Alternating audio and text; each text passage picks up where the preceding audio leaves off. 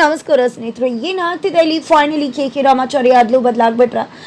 ಜೈಲಲ್ಲಿರೋ ರಾಮಾಚಾರಿ ಮನೇಲಿರೋ ಕೆ ಜೈಲಲ್ಲಿ. ಏನಪ್ಪ ಇದು ನಿಜವಾಗ್ಲೂ ಆದ್ಲು ಬದಲಾದ್ರ ಏನಾಗ್ತಿದೆ ಇಲ್ಲಿ? ಇದನ್ನು ತಿಳ್ಕೋಬೇಕು ಅಂದರೆ ಇಲ್ಲಿ ನಿಮ್ಮ ಚಾನಲ್ನ ಸಬ್ಸ್ಕ್ರೈಬ್ ಮಾಡಿ, ಹಾಗೆ ಈ ಒಂದು ವಿಡಿಯೋವನ್ನು ಪೂರ್ತಿಯಾಗಿ ನೋಡಿ. ಇಲ್ಲಿ ಚಾರುಗೆ ಕೆ ಅನ್ನೋದು ಪೂರಾ ಸತ್ಯ ಗೊತ್ತಾಗಿದೆ. ಈ ಕಡೆ ಪ್ರತಿ ಬಾರಿ ಕೆನ ಕೃಷ್ಣ ಕೃಷ್ಣ ಕೃಷ್ಣ ಅನ್ನೋದ್ರ ಮುಖಾಂತರ ಈ ಕಡೆ ತನಗೆ ವಿಷಯ ಅರ್ಥ ಆಗಿದೆ ಅನ್ನೋದನ್ನು ತುಂಬ ಸೂಕ್ಷ್ಮವಾಗಿ ಚಾರು ಕೇಕೆಗೆ ತಿಳಿಸ್ತಾಳೆ. ಈಗ ಕೇಕಿಗೂ ಕೂಡ ಅರ್ಥ ಆಗತ್ತಾ. ಅಪ್ಪನ ಮುಂದೆ ಬಂದು ಕನ್ಫೆಸ್ಟ್ ಮಾಡ್ಕೋತಾನೆ.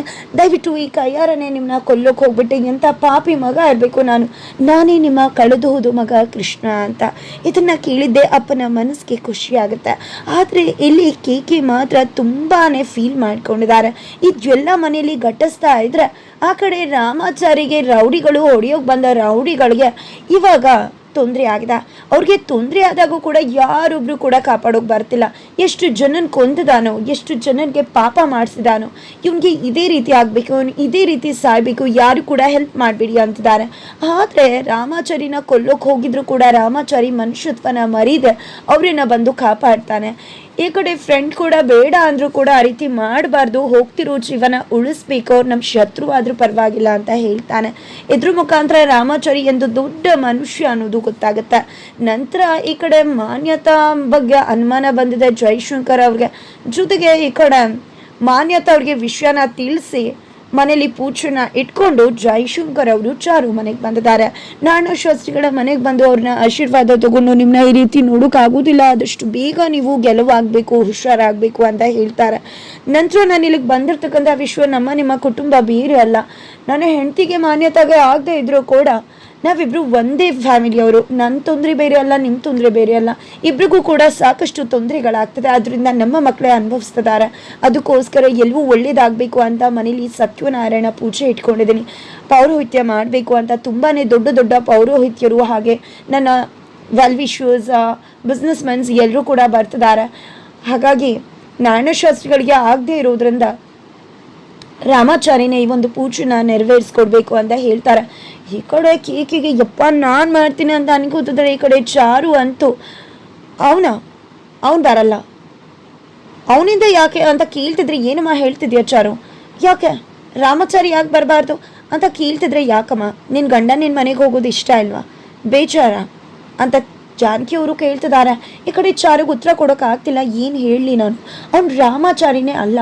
ಆದಮೇಲೆ ಅವ್ನಿಗೆ ಹೇಗೆ ಪೌರೋಹಿತ್ಯ ಹೇಳೋಕ್ಕೆ ಬರುತ್ತೆ, ಮಂತ್ರಗಳು ಹೇಳ್ತಾನೆ, ಅವ್ನಿಗೆ ಏನೂ ಕೂಡ ಗೊತ್ತಿಲ್ಲ ಅಂತ ಅನ್ಕೋತಿದ್ರೆ, ನೋಡು ಚಾರು ನಿನಗೆ ಬೇಜಾರಿರ್ಬೋದು, ಹಾಗಂತ ನಿನ್ನ ಗಂಡ ತುಂಬಾ ಪೂಜೆನ ನೆರವೇರಿಸ್ಕೊಟ್ಟಿದ್ದಾರೆ. ಈಗ ನಿಮ್ಮ ಮಾವ ನಿನ್ನ ಮದುವೆ ಆದ ಸಂದರ್ಭದಲ್ಲಿ ಎಷ್ಟೆಲ್ಲ ತೊಂದರೆ ಇತ್ತು, ಆಗ್ತಾನೆ ಇರಲಿಲ್ಲ.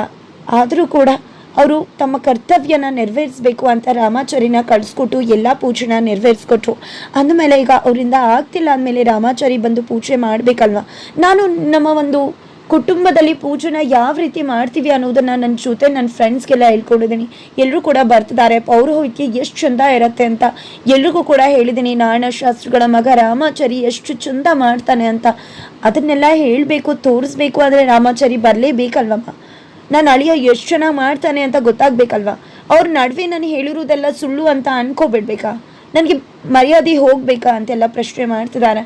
ಈ ಕಡೆ ಜಾನಕಿ ಅವರು, ನೋಡು ಚಾರು, ನನಗೋಸ್ಕರ ನಿಮ್ಮ ಅವನಿಗೋಸ್ಕರ ನಿನ್ನ ಗಂಡ ರಾಮಾಚಾರಿ ಪೂಜೆಗೆ ಹೋಗ್ಲಿ ಅಮ್ಮ ಅಂತ ಹೇಳ್ತಾರೆ.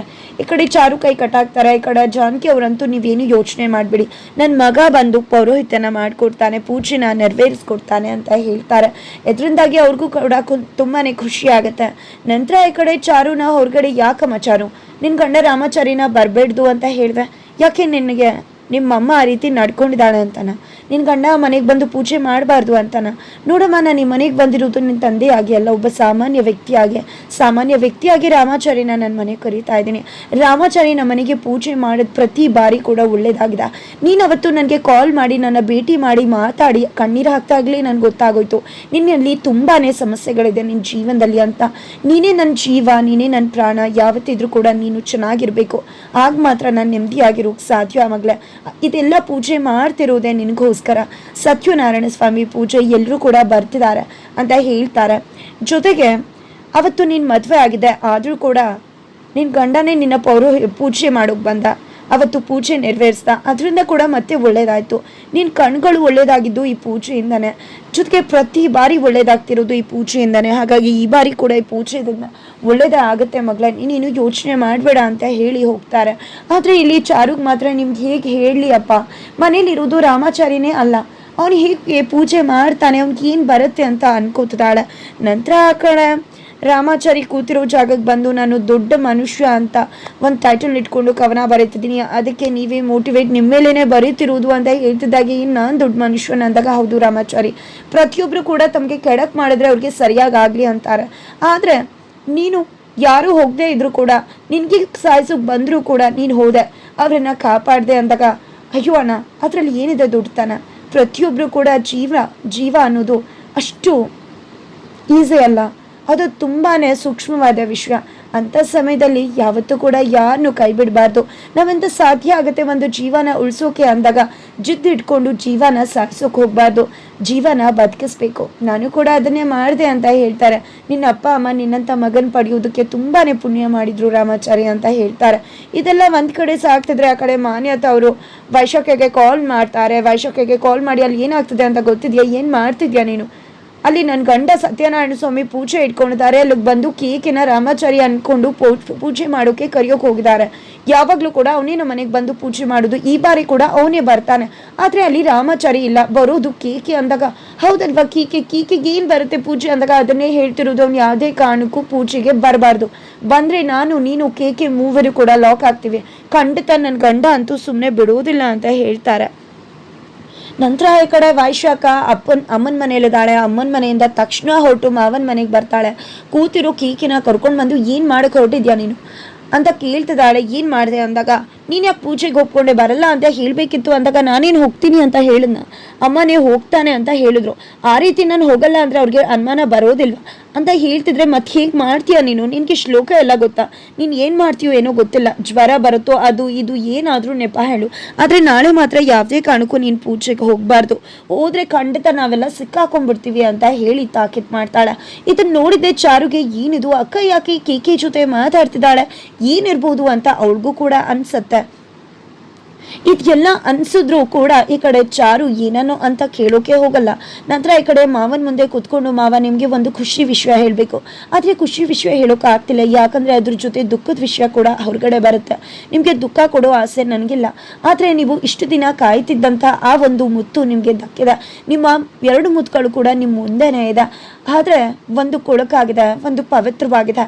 ಆದರೆ ನೀವೇನು ಯೋಚನೆ ಮಾಡಬೇಡಿ ಮಾವ, 2 ಮುತ್ತುಗಳನ್ನ ಕೂಡ ಸರಿಪಡಿಸೋದು ನನ್ನ ಕರ್ತವ್ಯ, ಖಂಡಿತ ನೆರವೇರಿಸ್ತೀನಿ. ಅತ್ತೆ ಒಂದು ಗಣಪತಿ ಬಚ್ಚಿಡ್ತಿದ್ದು ಆ ಒಂದು ಹರಕೆ ಕಟ್ತಿದ್ದು ಫಲಿಸ್ತು ಅಪ್ಪ ಅಂತ ಹೇಳಿ ಸೂಕ್ಷ್ಮವಾಗಿ ಕೃಷ್ಣ ಮನೆಗೆ ಬಂದಿದ್ದಾನೆ ಅನ್ನೋ ವಿಷಯನ ಹೇಳ್ತಿದ್ದಾಳೆ ಚಾರು. ಆದರೆ ಇಲ್ಲಿ ನಾರಾಯಣಶಾಸ್ತ್ರಿಗಳಿಗೆ ಆಲ್ರೆಡಿ ಗೊತ್ತಿದೆ, ನನಗೆ ಗೊತ್ತಿದೆ ಮಗಳ ನೀನು ಏನು ಹೇಳೋಕೆ ಹೊರಟಿದ್ದೆ ಅಂತ, ನಮ್ಮ ಮನೇಲಿರೋದು ಕೃಷ್ಣ ಅಂತಲ್ವಾ ನನಗೆ ಗೊತ್ತು, ಆದರೆ ರಾಮಾಚಾರಿ ಎಲ್ಲಿ ಅಂತ ಅನ್ಕೋತಿದ್ದಾಗೆ ಈ ಕಡೆ ರಾಮಾಚಾರಿ ಕೂಡ ಸರಿಯಾಗಿ ಕ್ಷೇಮವಾಗೇ ಇದ್ದಾನೆ, ನಿಮ್ಮ ಇನ್ನೊಬ್ಬ ಮಗ ಕೂಡ ಕ್ಷೇಮವಾಗೇ ಇದ್ದಾನೆ, ನೀವೇನು ಯೋಚನೆ ಮಾಡಬೇಡಿ ಮಾವ. ನಾನು ಒಂದು ಇಕ್ಕಟ್ಟಿನ ಪರಿಸ್ಥಿತಿಯಲ್ಲಿ ಸಿಕ್ಕಾಕೊಂಡಿದ್ದೀನಿ, ಒಂದು ತೊಂದರೆ ಮಾಡಿದ್ರೆ ಮತ್ತೊಂದಿಗೆ ನೋವಾಗುತ್ತೆ, ಆದರೆ 2ಗೂ ಕೂಡ ನೋವು ಆಗ್ದಾಗೆ ಅದನ್ನೆಲ್ಲ ಸರಿಪಡಿಸೋದು ನನ್ನ ಧರ್ಮ, ಆ ಕೆಲಸ ನಾನು ಮಾಡೇ ಮಾಡ್ತೀನಿ ಅಂತ ಹೋಗ್ತಾಳೆ. ಅದರಿಂದಾಗಿ ಈ ಕಡೆ ಆಶೀರ್ವಾದ ಮಾಡೋಕ್ಕೆ ಮುಂದಾಗ್ತಿರ್ತಾರೆ ನಾರಾಯಣಶಾಸ್ತ್ರಿಗಳು. ಅಷ್ಟರಲ್ಲಿ ವೈಶಾಖ ಬರ್ತಾಳೆ. ಏನದು ಕೈ ಎತ್ಬಿಟ್ರ ಇವರು ಅಂತ ಅನ್ಕೋತಿದ್ರೆ ಅಷ್ಟರಲ್ಲಿ ವೈಶಾಖನ ನೋಡಿ ಅಲರ್ಟ್ ಆಗಿಬಿಡ್ತಾರೆ ಶಾಸ್ತ್ರಿಗಳು. ಎಲ್ಲಿ ಕೈ ಎತ್ತೋಕ್ಕಾಗತ್ತೆ ಅಂತ ಅನ್ಕೊಂಡು ಹೋದ್ರೆ ಇದು ನಿನ್ನ ಭ್ರಮೆ, ನೀನು ಅನ್ಕೊಂಡಿದ್ದೆ ಅಲ್ವಾ ಈ ಮನೇನ ಸ್ಮಶಾನ ಮಾಡ್ಬೋದು ಅಂತ, ಆದರೆ ನನ್ನ ಸೊಸೆ ಇದ್ದಾಳೆ ಚಾರು, ಖಂಡಿತ ಅವಳು ಈ ಮನೇನ ಕಾಪಾಡ್ತಾಳೆ ಅಂತ ಹೇಳ್ತಿದ್ದಾರೆ. ನಂತರ ಈ ಕಡೆ ಮಾನ್ಯತ ಅವರು ಮಲಗಿರೋ ಕಡೆನೇ ವಿಷಯ ಗೊತ್ತಾಗ್ಬಿಟ್ರೆ ಏನಪ್ಪ ಮಾಡೋದು, ಈ ಜೈ ಖಂಡಿತ ನಾನು ಬಿಡಲ್ಲ, ಏನು ಮಾಡ್ಕೊಳ್ಳಿ ನಾನು ಅಂತ ಅನ್ಕೋತಿದ್ದಾರೆ. ಈ ಕಡೆ ಜೈಶಂಕರ್ ಅವ್ರಿಗೆ ನಿಜವಾಗ್ಲೂ ನಾಳೆ ರಾಮಾಚಾರಿ ಬರ್ತಾನೆ, ಅವ್ರ ತಂದೆ ಇಷ್ಟೆಲ್ಲ ಆದಮೇಲೆ ಕಳಿಸ್ತಾನೆ ಅಂತ ಹೇಳ್ತಿದ್ರೆ ಖಂಡಿತ ಬಂದೇ ಬರ್ತಾನೆ, ಅವರು ಅವನ್ನ ಕಳಿಸ್ಕೊಡ್ತಾರೆ. ರಾಮಾಚಾರಿನೇ ನಮ್ಮ ಮನೇಲಿ ಸತ್ಯನಾರಾಯಣ ಸ್ವಾಮಿ ಪೂಜೆ ಮಾಡ್ತಾರೆ ಅಂತ ಹೇಳ್ತಿದ್ದಾರೆ. ಇದರಿಂದ ಮಾನ್ಯತ ಅವರ ಆತಂಕ ಜಾಸ್ತಿ ಆಗಿದೆ. ಈ ಕಡೆ ಚಾರು ಅಂತೂ ಏನು ಮಾಡಲಿ ಅಂತ ಯೋಚನೆ ಮಾಡ್ತಾ ಮಲಗಿದ್ರೆ ಬೆಳಗಿನ ಜಾವದಲ್ಲಿ ಒಂದು ಶ್ಲೋಕ ಹೇಳ್ತಿರೋದು ಕೇಳಿಸುತ್ತೆ. ರಾಮಾಚಾರಿ ಥರನೇ ಕೂತು ಕೇಕೆ ಶ್ಲೋಕ ಹೇಳ್ತಿದ್ದಾನೆ. ಈ ಕಡೆ ಒಮ್ಮೆಲೆ ಎಚ್ಚರ ಆದಂತಹ ಚಾರು ಬಂದು ನೋಡಿದ್ರೆ ಅವಳಿಗೆ ಶಾಕ್ ಆಗುತ್ತೆ, ಏನಿದು ರಾಮಾಚಾರಿನ ಅಂತ ಒಂದು ಕ್ಷಣಕ್ಕೆ ಅನ್ಸುತ್ತೆ. ಹಾಗಿದ್ರೆ ಅಲ್ಲಿ ಅಷ್ಟು ಅಚ್ಚುಕಟ್ಟಾಗಿ ಶ್ಲೋಕ ಹೇಳ್ತಿರೋದು ರಾಮಾಚಾರಿನ ಕೇಕೆನ? ರಾತ್ರಿ ಇಬ್ರು ಕೂಡ ಬದಲಾಗ್ಬಿಟ್ರ?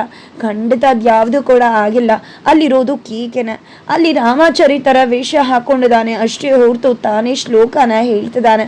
ಇದೆಲ್ವನ್ನ ನೋಡಿ ಇದರಿಂದಾಗಿ ನಾನು ಇವನ್ನ ರಾಮಾಚಾರಿ ಅಲ್ಲ ಅನ್ಬೋದಿತ್ತು. ಆದ್ರೆ ಇದನ್ನು ಕೂಡ ಹೇಳ್ಬಿಟ್ನಲ್ಲ, ಏನ್ ಮಾಡ್ಲಿ? ರಾಮಾಚಾರಿ ಜೈಲ್ಗೆ ಹೋದಾಗಿಂದ ಯಾರೂ ಕೂಡ ಈ ನಂಬರ್ಗೆ ಕಾಲ್ ಮಾಡಿಲ್ಲ ಅಂತ ಅನ್ಕೊಂಡು ಏನ್ ಮಾಡ್ಲಿ ಅಂತ ತೋಚದೆ ವಿಚಾರಿಸಿದಾಳೆ. ಫೈನಲಿ ಇಲ್ಲಿ ರಾಮಾಚಾರಿ ಸತ್ಯನಾರಾಯಣ ಸ್ವಾಮಿ ಪೂಜೆ ಮಾಡೋಕೆ ಎಂಟ್ರಿ ಕೊಟ್ಟಿದ್ದಾಯ್ತು. ಈ ಕಡೆ ಮಾನ್ಯತಾ ವೈಶಾಖಗೆ ಗಾಬರಿ ಆಗೋಕೆ ಶುರುವಾಯಿತು.